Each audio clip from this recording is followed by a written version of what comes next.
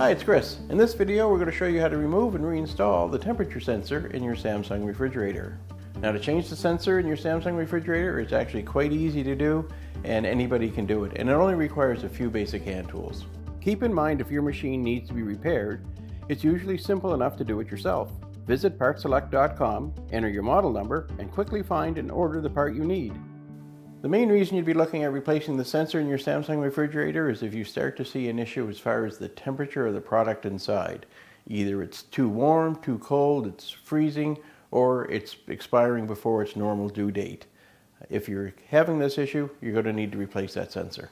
So the first thing we want to do in order to remove and replace the part is unplug the refrigerator, then open up our doors, and basically make sure you have all your food product removed for these levels, including your crispers, and then we're going to take all the shelving out. So the part we're going to be removing and replacing is in here behind this cover. This is where your evaporator is, so we need to remove this cover in order to access them. The next thing we're going to want to do is remove these 3 screws. The only thing different is the center one goes through this rail into the back of the frame, so you'll see it's long compared to the other ones. So now the next thing we need to do is get at the last screw that's holding this rail. And to do that, we just need to flip this little piece of plastic out of position. So with a blade screwdriver, I'm just going to pop it out. Now I can remove the screw that's holding the rail.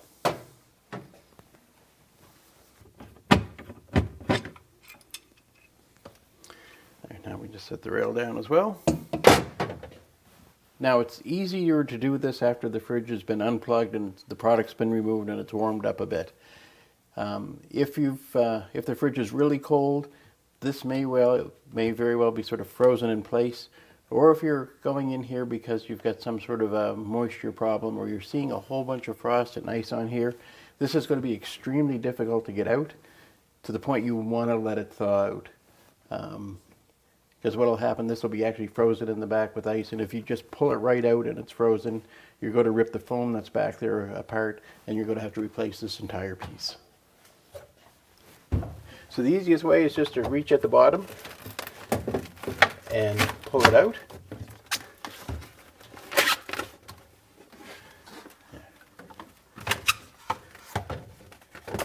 There. So you can see just how easy it is when everything's nice and warm and thawed out. If this was frozen or there was a bunch of ice here, this would become extremely difficult. So now that it's out, we just need to disconnect our wires. So I'm just going to reach up and push on the tab on the bottom of that connector so I can pull my harness out. And the same thing for this one.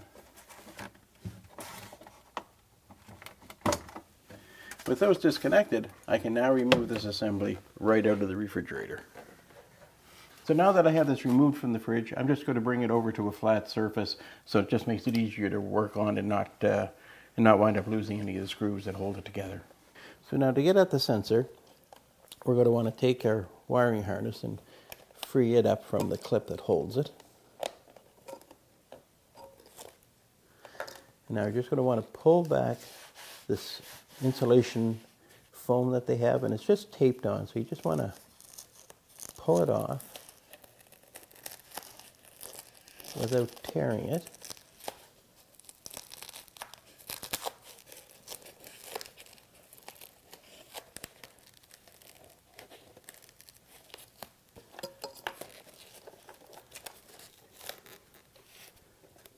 You can see that the sensor is now down in here. So we're going to remove these screws in order to get this cover off and then be able to separate the foam a little bit to get that out of there.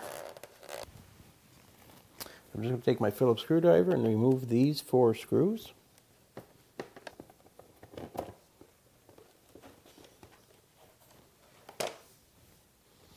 With the screws removed, we can lift this right out of place. And just set that to one side.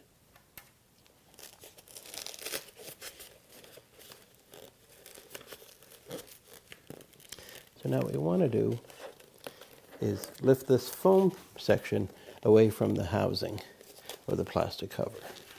So again, it's this insulating foam tape that's kind of holding it together. So just work with it slowly and as gently as you can so you don't tear anything.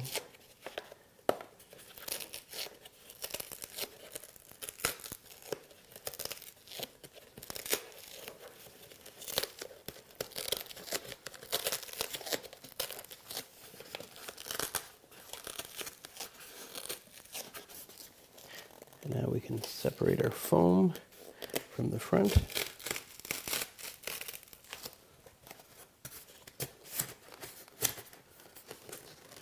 And in doing so, now we can see where our sensor's sitting. We just need to peel this tape back a little bit. So with the piece of tape removed, now we can just lift our sensor right out of position. And it's just that easy to remove.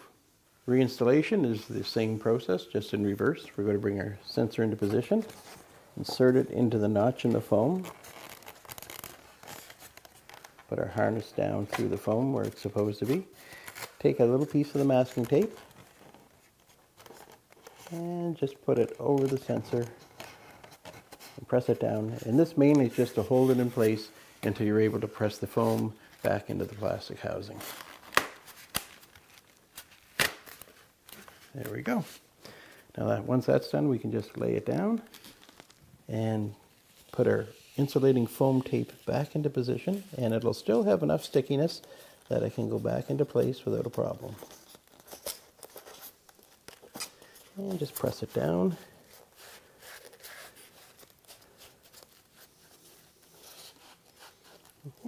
So then we're just going to put our fan cover back into position and secure our harness.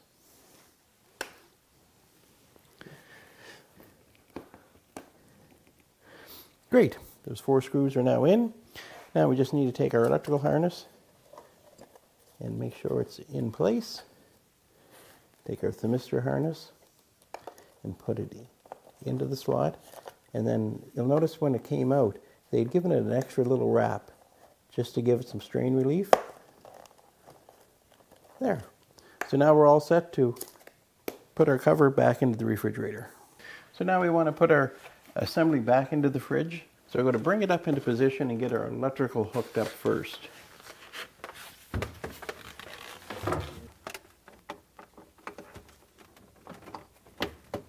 We bring our harness for our fan motor into position.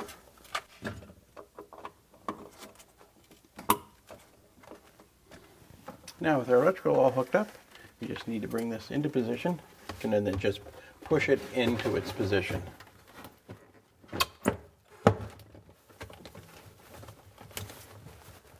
And once it's in, we just need to put our center bar back in and the rest of the screws.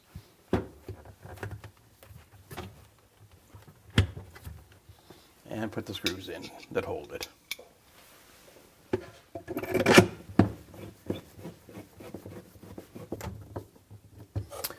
And now the 2 smaller screws, one on the right and one on the left.